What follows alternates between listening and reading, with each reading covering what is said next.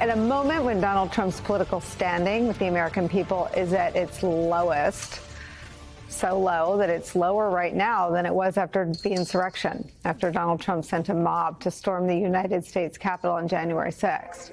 So at that moment, enter the most popular and beloved living president of these United States of America and watch him come out swinging. President Barack Obama making a forceful case against Donald Trump, as only he can do, tying Donald Trump's flagrant and brazen corruption, his contempt for the rule of law and human rights, and facts and science all together with a bow on top at stops in Virginia and New Jersey over the weekend.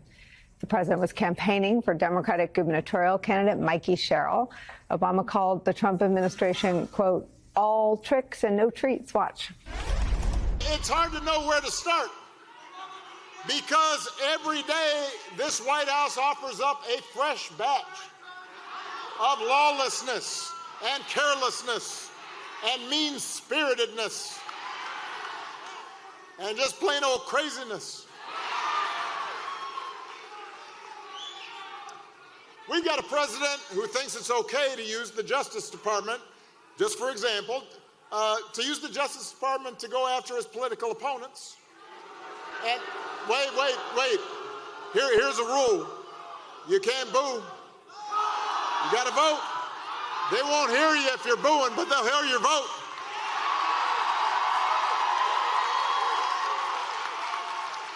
So you've got a president who replaces career prosecutors with loyalists who will do his bidding, and now he's telling them to hand over millions of taxpayer dollars that he had to pay in expenses for previously violating the law. We've got a commander-in-chief who has fired decorated military officers because he thinks they might be more loyal to the Constitution than they are to him. Don't boo. He's deployed the National Guard in American cities and claimed to be stopping crime waves that don't actually exist. We've got masked ICE agents pulling in unmarked vans and grabbing people off the streets, including U.S. citizens. Don't boo, vote. Grabbing them on the suspicion that they don't look like real Americans. We've got Health and Human Services Secretary who opposes proven science and then peddles quack medicine. We've got a top White House aide who calls Democrats, the whole Democratic Party, domestic extremists. And then we've got some poor labor economist who got fired for accurately reporting bad job numbers that Trump didn't like.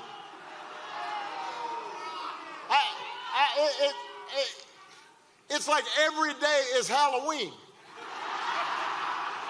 except it's all tricks and no treats.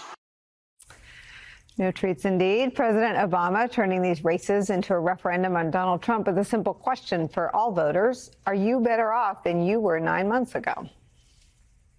Is the economy working better for you? Because it sure has gotten better for Trump and his family. Since he's been in office, the family crypto business and other ventures have made hundreds of millions of dollars and getting investment from foreign nationals and rich folks looking to stay in the president's good graces. The economy has been really good for some of Trump's billionaire friends. And it's been good for some finance bros and well-connected corporations who've seen their tax bill go down and don't have to worry about all those pesky regulators anymore. But for ordinary families, for you, your neighbors, your friends, costs have not gone down, they've gone up. Partly because of Trump's shambolic tariff policy. Polls show that a solid majority of all Americans feel exactly the way President Obama articulated. A CNN poll shows Donald Trump's approval rating at 37% of Americans. Donald Trump's disapproval rating is at 63%. That is the highest number of people who disapprove of Donald Trump in the history of this poll asking that question. 61% of Americans say Trump's policies have made the economy worse. 61% of Americans think Donald Trump has gone too far in using the power of his presidency. Just 10% of Americans approve of his demolition and destruction of the East Wing of the White House. Here's what President Barack Obama had to say about that. And as for the president, he has been focused on critical issues like paving over the Rose Garden so folks don't get mud on their shoes, and gold plating the Oval Office and building a $300 million ballroom. So Virginia, here's the good news. If you can't visit a doctor, don't worry. He will save you a dance. And if you don't get an invitation to the next White House shindig, you can always watch the festivities and all the beautiful people on Truth Social. It's about where we are. The Democratic Party, the Democratic candidates, and President Barack Obama making the 2025 election choice. A referendum on Donald Trump and his administration is where we start today with some of our favorite reporters and friends. New York Times White House correspondent Tyler Pager is here. President and CEO of Reproductive Freedom for All, Mini Timuraju, is back at the table. Also back with us at the table for like the next 72 hours, I hope. Pretty much. My friend and colleague, MSNBC political analyst, former Senator Claire McCaskill. We'll get to the races and the state of play, but I think everyone who is for the country remaining a democracy, which looks like those numbers are ticking up by the hour, breathes a sigh of relief when President Obama enters the chat. Yeah, and boy, nothing's better than sarcastic Obama. You know, he is just the best when he really hits his mark on using his incredible oratorical skills to skewer a character like Donald Trump. I think we have a lot of talent in the Democratic Party. I know everybody is teeth gnashing and worrying about who's going to emerge and do we have a leader. I think one will emerge. I think the process will demand someone who can communicate well and captures the anger and the frustration that so many Democrats are feeling. And frankly, now a really healthy majority of independents. And that's what I watch in these polls, Nicole. The way you look at politics is influenced by what you went through working in the White House. I ran in a state where I could not win with Democratic voters. I had to have independent voters. I had to peel off some of the Republican voters for me to ever win in a state like Missouri. So independent voters are who decides who's president of the United States. And independent voters are who decides who represents states like Pennsylvania and Ohio and North Carolina and Michigan, all the states that we need to gain control in Congress. And what you're seeing in this polling is remarkable among independent voters. Forget about the Democrats and Republicans for a minute and realize that those people that are sick of both parties, they're sick of Donald Trump right now. Well, what's interesting, Minnie, is the voters, you can't become president without winning them over either. You can't. I mean, so President Obama's, one of many of his political feats was assembling the Obama coalition, which included a lot of independent voters. And President Biden assembled a lot of those same individuals. Donald Trump appealed to them last November in enough numbers to prevail. But the vast majority of them told us they voted for him because of the price of groceries, largely, and cost of living and inflation. Those are some of his lowest poll numbers. And as much as we appreciate the zingers about the ballroom and the rule of law, I think they're really important issues to a whole lot of people. Every single person in this country, except the tech bros, what do you call them? The billionaire, the finance bros, the crypto guys, and the lofty corporations. But everybody else is feeling the damage Trump has done to the economy. Yeah, and the SNAP cuts going into effect or almost going into effect right now is just sort of heightening the drama, right? You're talking about cost of groceries, and now you have many of his own base really unclear whether they can feed their kids next week. I mean, it's almost like a parody. Like, how are you having a Great Gatsby party at the same time that millions of Americans could lose access to basics like bread and milk and eggs? You know, I think the same coalition of voters, though, going to New Jersey and Virginia, going to Mikey Sherrill and Abigail Spanberger, they're the same coalition that they need. So I don't think it's an accident that this is coming down to an Obama-Trump fight. It's almost like a proxy war in some of these places, but particularly in those two states where there are so many folks who depend on federal government contracts. They work for the government, and they have really been hit hard. And I think you can't separate what's happening right in this moment, the crisis we're seeing right now, and the fact that this race is tomorrow and people don't know where they're going to get their next meal. Senators Elizabeth Warren, Tina Smith, and Chris Murphy flew to Miami to speak with real Americans and discuss looming cuts to the Affordable Care Act that, thanks to Republicans, would drastically increase most premiums. Check out this headline from NBC Miami. Quote, Florida's insurance hikes and uninsured rates will be among the nation's largest if ACA credits expire. In total, nearly 5 million people in the state rely on Obamacare. Joining us now, Senator Elizabeth Warren of Massachusetts and Senator Tina Smith of Minnesota. Senators, it is good to see you both. Notably, neither of you are senators representing the great state of Florida. Senator Warren, why take this fight to Miami? Look, Miami is really ground zero in the people who are going to be hurt when the Republican cuts to health care go through. And so we were down there to hear the stories of those people and to bring those stories back here to Washington. You know, look, we've got to have people here up close and personal what it means to take away health care. We heard from a woman today who talked about both halves, what it's like not to have insurance and what it's like to have insurance. Her husband has type 1 diabetes. They were not able to afford insurance years ago. He had seizures. He was in and out of the emergency room. And then 4 years ago, they qualified for Obamacare with these subsidies. They've managed through it. He has not been back to the emergency room.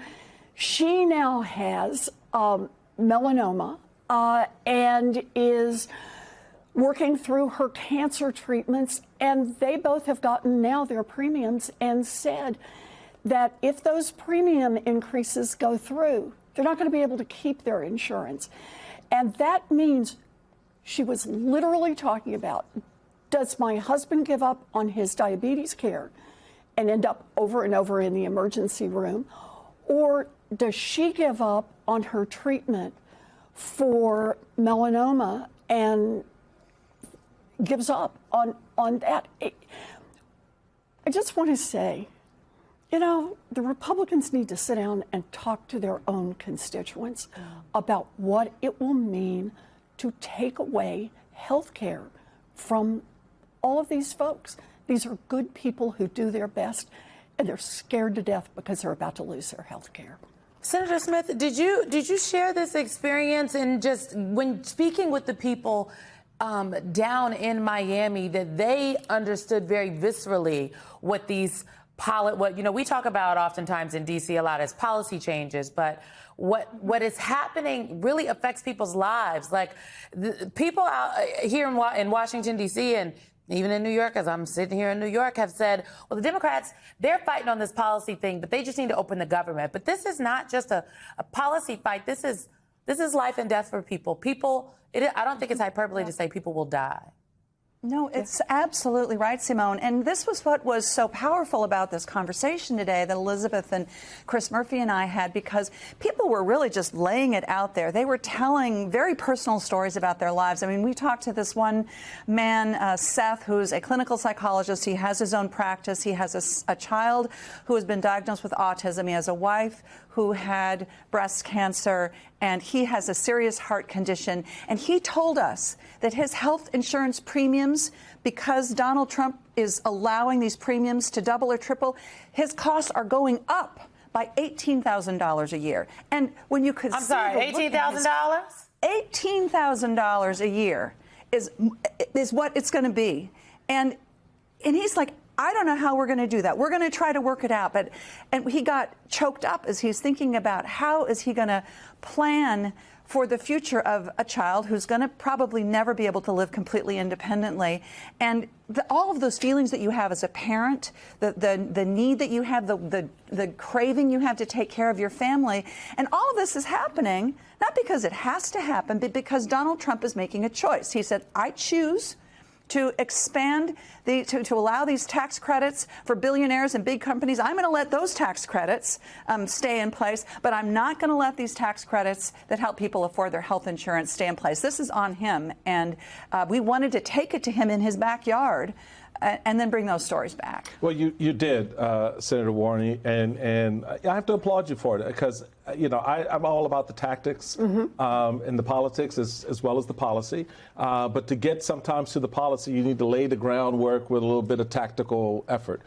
So going there, both of you, along with Senator Murphy, and just sort of laying it on the table with real people matters. It matters a lot. And I think it's important to also note how the president is seeing this moment and how he looks at it. There was this moment in his interview with Norah O'Donnell when he got to the shutdown talks. I'd like you to take a listen to what the president had to say. Sounds like this is not going to get solved. Say it? Sounds like it's not going to get solved, the shutdown. It's going to get solved, yeah. Oh, it's going to get solved. How? We'll get it solved. Eventually, they're going to have to vote. You're saying the Democrats will capitulate? I think they have to. And if they don't vote, that's their problem. Now, I happen to agree with something else. I think we should do the nuclear option. This is a totally different nuclear, by the way. It's called ending the filibuster. Did you see John Thune said today they're not going to do that? I know John doesn't. Well, John and a few other. But you know what? The Republicans have to get tougher. So, sometimes you just kind of let ish just kind of sit there and marinate in its own thing. And that to me is so discordant. It is so disconnected from what you both were just talking about. Right. Get tougher on a woman with malignant melanoma. Right. Get tougher on the man with type 1 diabetes that they're struggling to control. Get tougher on the guy who had a massive heart attack and nearly died in his early 50s and needs continuing care. Exactly who does this billionaire president want us to get tougher on? Because it's sure as hell not the billionaires that he wants anybody to get tougher on. It's sure as hell not these giant corporations that are making big contributions so he can knock down the East Wing and build a gold-encrusted ballroom. It's not the people who show up at some great Gadsby party. Right. Get tougher on our brothers and sisters, our neighbors, our cousins, the people who will suffer because the Republicans are determined. They would rather shut down the government than just offer a little continuing help. We're not asking for anything new, just a little continuing help for the people who need it. And if anybody could see how hard these people are working that we were talking to, I mean, like 2 jobs, 3 jobs, trying to hold it together, trying to balance it out. And I don't know how anybody could work any harder. I don't know how anybody could try any harder to make their family finances work while grocery prices are going up too and energy prices are going up too. And Donald Trump, had I don't know what's wrong with him, but basically said, oh no, grocery prices are going down. He's so deeply out of touch. But it's not just that, it's just the cruelty of it that is what struck me when I heard that. I think the cruelty is the point. That piece of the interview that Michael referenced that we played for the audience, when I listened to the entire interview, the one that people saw on TV and the one you only can find on YouTube, that's another story. We'll get into it next hour, folks. But I was struck by the fact that he is using this. He believes that this is just political leverage. He thinks this is just the political game for him. He's like, look, the pain is the pain, and eventually they'll relent. That's essentially what he is saying. Meanwhile, there are real people who are stuck in limbo here. I was in Cleveland this weekend, and I met a gentleman walked by in the lounge we were at the hotel, and he came over and he told me he was a retired air traffic controller. He was retired after 32 years, and now he teaches at one of the academies. He's a contractor, and he said that they are currently discussing how they won't be able to continue to teach at the academy. They're going to have to send the people who are being trained to be air traffic controllers home after the end of this year because they don't know where the funding is going to come from. These folks that are being deployed out there in the field, because of the government shutdown, they're going to have to cover their own per diems. They can't afford this. On top of that, all of these folks are working. Some of them are trying to pick up another job, drive Uber. And as he was explaining this to me, I was like, did you vote for the president? He said, no, I didn't vote for him, but I have people in my family who did, but I just don't understand how anybody could do this to us. That's what he kept saying. I don't understand how they are doing this to us. I don't understand how they are doing this to us. And you've got it exactly right, Simone. It's Donald Trump is trying to figure out how to make more people hurt more. And how do we know that? Just look at hungry kids right now, right? Never before in a shutdown has there been any interruption of SNAP benefits. Everybody continued, no matter whether you had a Democrat or a Republican in the White House, you continued those benefits. So little kids didn't go hungry, so veterans didn't go hungry, so seniors didn't go hungry. And that was what Donald Trump's own website said in anticipation of the shutdown. But once the shutdown came, said, wait a minute, here's some more people you can hurt. And he seems to think if you can hurt those people, that will be leverage against the Democrats, which is another way of saying that Democrats care about hungry kids and hungry veterans and hungry seniors, but Donald Trump sure as hell doesn't. Peter Baker, former Senator Barbara Boxer, and Tim Miller are still with us. Senator Boxer was just talking about this, Peter. Does the White House see any issue with these optics, these tactics? No, I don't think that they do at the moment. I mean, I think that they actually relish them. I think that they want these images out there. These images are out there because they want them out there as much as anything else. In many cases, the authorities have actually promoted these kinds of images and videos and pictures themselves. There are two reasons for that. One, of course, is there is a deterrent effect.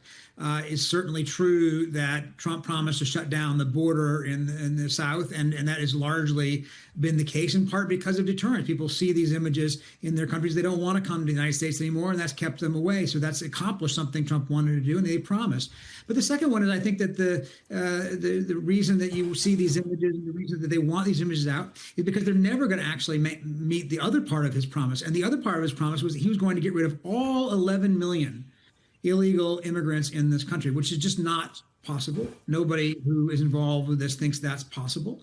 At most, they will do a fraction of that. And so they want the image out there of aggressive, even over the top tactics in order to fulfill the image of his meeting the campaign promise that he actually won't meet. Tim, is it good optics for the Republican Party?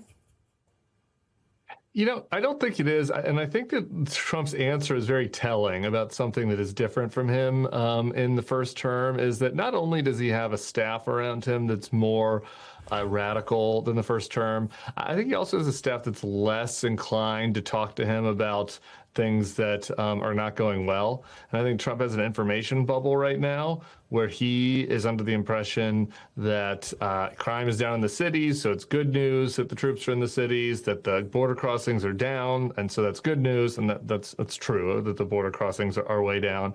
And so he sees this as a winning issue for him, and I think is not seeing, or certainly if he is seeing, not caring about the fact that the overreach and the ICE tactics is causing backlash. If you look at the poll numbers, like his numbers on immigration are just down precipitously because of this, and you're seeing, you know, kind of on the outskirts, like maybe not on Fox and Newsmax and on MAGA media, but on kind of the outskirts of you know, his coalition and those media outlets, a lot of people expressing discomfort with this, the Joe Rogans, et cetera. So I think that Trump's decision to double down on this reflects the fact that he either doesn't know or doesn't care that it is actually harming him politically with a couple key parts of his coalition. Yeah, I wonder if part of what's lacking, I guess, in terms of scaring the Republicans into changing their tactics is the lack of a Democratic alternative, a Democratic policy alternative in terms of immigration. Do you see the party, Senator, coming and proposing something to the American public, say to those who want there to be stricter immigration laws, but still might be uncomfortable with what Donald Trump is doing and how he's going about it? Well, you're hitting me right in my heart, because I was there when we almost passed a bipartisan bill, and we did in the Senate, and it was John McCain and others working across the aisles, and we had it. And Boehner said, we'd rather have the issue than solve the problem. And he was right. He got the issue. It's a killer issue. But I do agree with Tim. I don't think Trump gets the fact that people are disgusted by what they see. Anyone who sees these videos, and a lot of people are seeing them, anyone with a heartbeat and a pulse, even a light heartbeat, sees the cruelty is the point, and sees that these are not hardened criminals. If they were hardened criminals, they should go get a warrant and get those people the heck out of here. We don't want them here. He said he was going after the toughest. Look at these photos. Now, a lot of the country and a lot of areas don't see these photos, don't see these videos, because, you know, they're used to a certain type of, shall we say, right-wing media. But once we can spend money, we Democrats and others who care about this, Republicans who care about this, and show what is actually happening, I think people will be absolutely revolted. Last point I would make, in all the years that I served, I always went to USC because they had a study to show the economic impact of immigration. And it was billions on the plus side for my state and for the country. People get this. You know, we are a nation of immigrants. And Ronald Reagan said it well. If you've been a good person and you've been here, we'll get you a path. If you haven't been good, you're out. And the Republicans have to find that Ronald Reagan voice. And if they don't, boy, I'll tell you, we have found it on our side. All right, let's talk about the other thing that came out of the Norah O'Donnell interview on 60, and this is that Donald Trump doesn't know who he's pardoning. He pardoned the Bitcoin founder, Changpeng Zhao, a billionaire crypto exchange founder. Let's play his response when she asked him about it. I don't know who he is. I know he got a 4-month sentence or something like that, and I heard it was a Biden witch hunt. In 2025, his crypto exchange Binance helped facilitate a $2 billion purchase of World Liberty Financial's stablecoin. And then you pardoned CZ. How do you address the appearance of pay for play? Well, here's the thing. I know nothing about it because I'm too busy doing the other. But he got a pardon. I can only tell you this. My sons are into it. I'm glad they are because it's probably a great industry, crypto. I think it's good. You know, they're running a business. They're not in government. Peter Baker, AutoPen, if you will? Yeah, you're right. It's worth remembering that President Trump has made an awful lot of hay about President Biden's final pardons in the last days of his administration being signed by the AutoPen, and suggesting Biden didn't even know who he was pardoning. Well, here he just, of course, admitted, or at least said, he didn't know who he was pardoning, and that certainly, raises a lot of questions. But it sounds like he does know who he pardoned, at least a little bit. He knows that the guy has been in business with his family. He knows the guy is important to his sons. And he effectively is saying in that interview, certainly sounds like it, that he did this because his sons are in business with this guy. And it leaves that impression anyway. And that's an extraordinary thing. That's something that no other president that I know of would want to have out there. Every president who has made the decision to pardon somebody who was perceived to be close to them, certainly somebody who was benefiting them, particularly a political donor, ended up getting burned, right? And none of them came close to being as important to the family as CZ is to Trump's family. The amount of money we're talking about is an extraordinary amount of money. I mean, it's not just AutoPen, Tim. It's also Hunter Biden. I mean, it seems like, I guess nothing matters.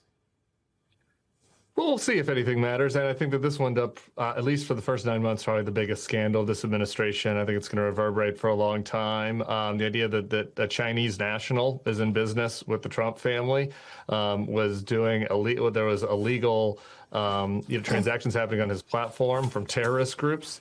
He was put into jail. Donald Trump pardoned him for that, and basically admits that he knew that he was in business with his kids. I think if the Democrats get back in control of the House next year and have the gavel, like this should be a prime investigation. They should know who's suggesting this pardon, where exactly the money is coming from. And I think that just like some of those scandals you mentioned, and the Hunter Biden thing didn't seem like a big deal at first, and then it ended up reverberating all the way through the election in 24. And I think that might happen in this case. Good point. All right, Peter Baker, Tim Miller, or Peter Baker, stay with us. Tim Miller, thank you so much. Senator Boxer, thank you as well. And I know your heart is probably with the Giants, but I hope you're happy about at least one California team winning the World Series. I grew up right near Ebbets Field in Brooklyn. You know, I'm a big Dodger fan forever. You were probably going to games with my grandfather. I can't believe I just said that. I didn't mean to. I'm sorry. Yeah, my dad used to take me to Ladies' Day, but we don't have time to get into the good stuff. I mean, oh wait, no, I'm going to call you. We're going to have a whole conversation about this offline because I'm obsessed. We're following a number of stories, including the government shutdown, which has now reached 34 days. 42 million Americans lost critical food assistance benefits on Saturday as a judge ruled that the U.S. Department of Agriculture must tap an emergency reserve to pay for those SNAP benefits. The Trump administration now has until noon today to share how it plans to do just that. This all comes as millions of Americans will head to the polls tomorrow for Election Day. That includes here in New York City, where more than 700,000 people have already voted. A new poll here in town shows that Democratic Socialist Zohran Mamdani leads his closest challenger, Andrew Cuomo, by about 6 points. Meanwhile, President Trump sat down for a wide-ranging interview with 60 Minutes, where he claimed he doesn't know who the billionaire founder of Binance is, despite pardoning him just a few days ago. The crypto tycoon, who has admitted to money laundering, was granted clemency late last month. He's the same man who significantly boosted the Trump family's digital currency. He pled guilty in 2023 to violating anti-money laundering laws. Right. The government at the time said that CZ had caused significant harm to U.S. national security, essentially by allowing terrorist groups like Hamas to move millions of dollars around. Why did you pardon him? Okay, are you ready? I don't know who he is. I know he got a 4-month sentence or something like that, and I heard it was a Biden witch hunt. In 2025, his crypto exchange Binance helped facilitate a $2 billion purchase of World Liberty Financial's stablecoin. And then you pardoned CZ. How do you address the appearance of pay for play? Well, here's the thing. I know nothing about it because I'm too busy doing the other. But I can only tell you that. But he got a No, pardon. I can only tell you this. My sons are into it. I'm glad they are because it's probably a great industry, crypto. I think it's good. You know, they're running a business. They're not in government. Because you were. World Liberty Financial has denied any involvement in the pardon. So, John Lemire, help us out here. So, if I understand that correctly from Nora's questioning of the president, the family got a $2 billion investment from this guy. Is that correct with their cryptocurrency? And this guy undermined American national security by helping terrorist groups like Hamas move terrorist money around? Is that what the president's saying? Like he had no idea that he was pardoning a guy that was helping Hamas, like move terrorist money around and make his family. And tell me if I'm wrong, but Nora said $2 billion.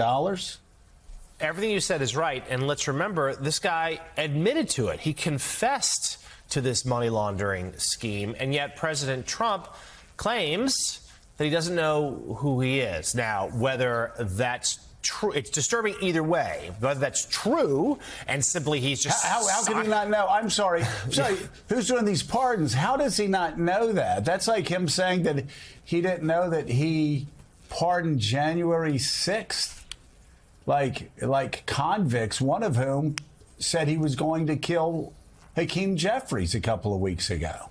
Yeah, the auto pen strikes again, I guess. No, it's either he doesn't know, which is preposterous, or of course he does know, and he simply thinks that denying it on national television is a better look for him, trying to create some distance from a pardon that's obviously controversial. But you're right. I mean, those January 6th pardons came within his first hours in office, and he's made it very clear he's using the Department of Justice by, even though he denied it last night, even though we've all seen the Truth Social post, he's using the Department of Justice to punish his foes, and he's using his pardon of the power to reward those he thinks are his friends. Okay. Well, in some of the ways, we're not surprised. I think what we're surprised about is the Republicans who stand by while all this happens. With us, we have...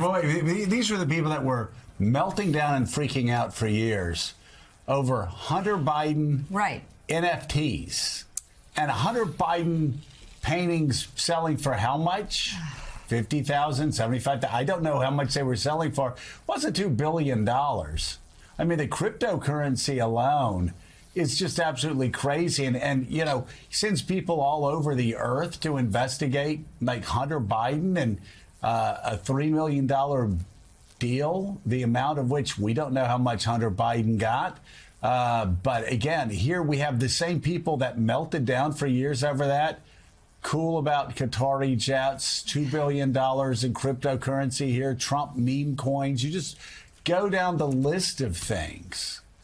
And the things that they freaked out and melted down and investigated before are 1/1000th, if that, of what they were melting down about Hunter Biden NFTs. It's like South Park wouldn't even touch this because it would be such a stupid parody of what actually the Republican Party has become, what these MAGA followers have become, and what they will do. They'll justify absolutely anything. And the comparison, I had one reporter in the MAGA bubble for years hectoring me, going, what was Hunter Biden doing on Air Force Two? Oh, my God. What was Hunter Biden doing on Air Force Two? Like, why was he on Air Force Two? For years. I call him up and I go, all right, so that's fine. So tell me about the Trump meme coin. How much billion? How much money did Donald Trump make? Oh, that's the most corrupt thing I've ever heard in my life, he says to me one day, and then never brings it up again.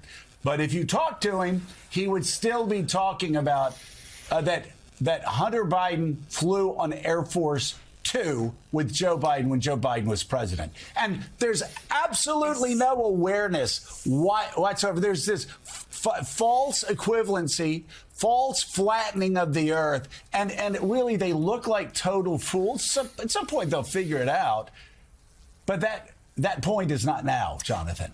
No, it is not. Chairman Comer, who, of course, spent months, years investigating Hunter Biden with nothing to show for it, he's claimed, what the Trump kids are doing is different because they're, quote, transparent about it. They're just saying we're taking the billions of dollars, it's different. as opposed to doing so with the far fractionally smaller money that Hunter Biden was bringing in. These things are not comparable. They're not comparable. Yeah. They are as transparent as a dancer in a Lord Champagne glass at a Gatsby party. That's how transparent they are. Yeah. A party never killed anybody, Joe. With us, we have opinion writer at the New York Times, Mara Gay, and MSNBC national affairs analyst, and yes, a very happy, if probably pretty tired Dodgers fan, John Heilman. John, congrats to you again. What a classic that World Series was. So let's start, though, about this. This is an extraordinary moment here where we have a president of the United States, John Heilman, talking about the presidential pardon power, which he has used a lot already in his term. Usually we see it just at the very end of a presidential term. Here he is. He's not even a year in, and he's using it with seemingly reckless abandon because he claims last night to not even know the identity of the person he pardoned. I can just imagine. I mean, I know this gets tiresome, but could you imagine if President Joe Biden sat down for a national televised interview and was asked about a pardon, and President Biden said, "Oh, I don't know that guy"? Could you imagine what the next few days would be like in the conservative media? Oddly, Jonathan, because I have an active imagination, I can't imagine exactly what it would be like, and it will be it'd be 180 degrees out from what we're going to see from the people who are in charge of oversight on Capitol Hill, the Republicans you mentioned, Chairman Comer a minute ago. You stole my line earlier, by the way, which is, I mean, really, one of two things is true. Either Trump is stunningly ignorant about this, which is not what I believe, or it is a sign of as grotesque a particular kind of demonstration of the kleptocratic tendencies of this White House. And I do think that's an important point, which is, you know, autocracy and kleptocracy often go hand in hand, almost always. And we focus rightly on the examples of autocratic and quasi-autocratic behavior on the part of this administration.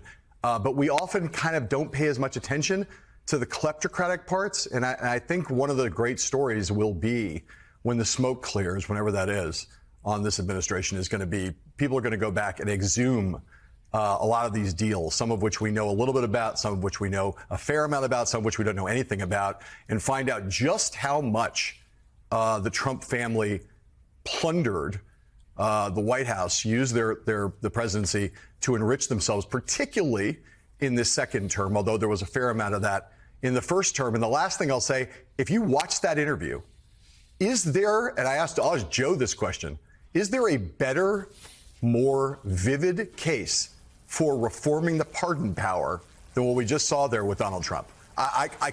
Even the pardon of the January 6th protesters, which was morally one of the most craven things I've ever seen a president do, and horrible. Right.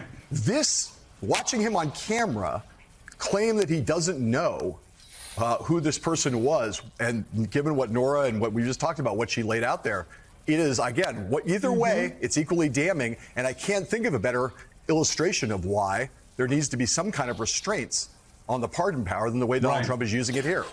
Yeah. Well, you know, first of all, on January 6th, I don't know about morally craven. I think politically dangerous, because Maura, it sends a signal, like so many of the pardons that Donald Trump has done. You know, be on my side, even commit violence for me, crimes, even beat up cops for me. Even when you are thrown into jail and you're weeping in front of a judge and you say you're sorry, do that, and I will pardon you. And of course, who was shocked that reportedly one of those people was the one who said he was going to come to Washington and do harm to Hakeem Jeffries. So that's on that front. But secondly, I must say, just a bigger issue, and I thought this after the first Trump term and said it in 21. We've got to figure out some way to reform not just the pardon power, but what our attorney general does, who appoints our. I don't know if we make it a 2/3 vote. I'm not sure what we can do because of the separation of powers. But we cannot keep going forward like this, where justice, we get as much justice as an individual president decides we want to get. And as I've been warning along, forgive me for going on, this isn't just about Republicans and Democrats. Things are always changing.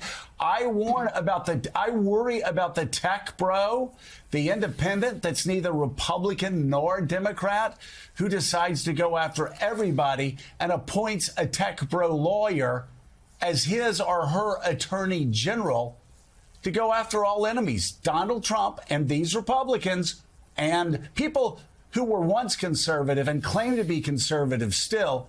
They're laying a precedent that they will all regret not far from now when one of these tech bros become the independent president of the United States.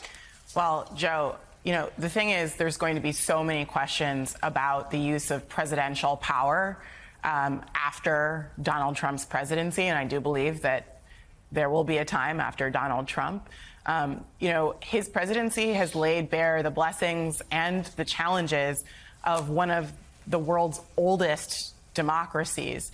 And in some ways, you know, the founding fathers, they set up this brilliant system, but when you compare our institutions to that of Western Europe, which really was remade after World War II, you can also see that our system is really being strongly tested against this radical minority that Donald Trump has used to hold on to power. And so there's going to be a lot of questions that go far beyond partisanship.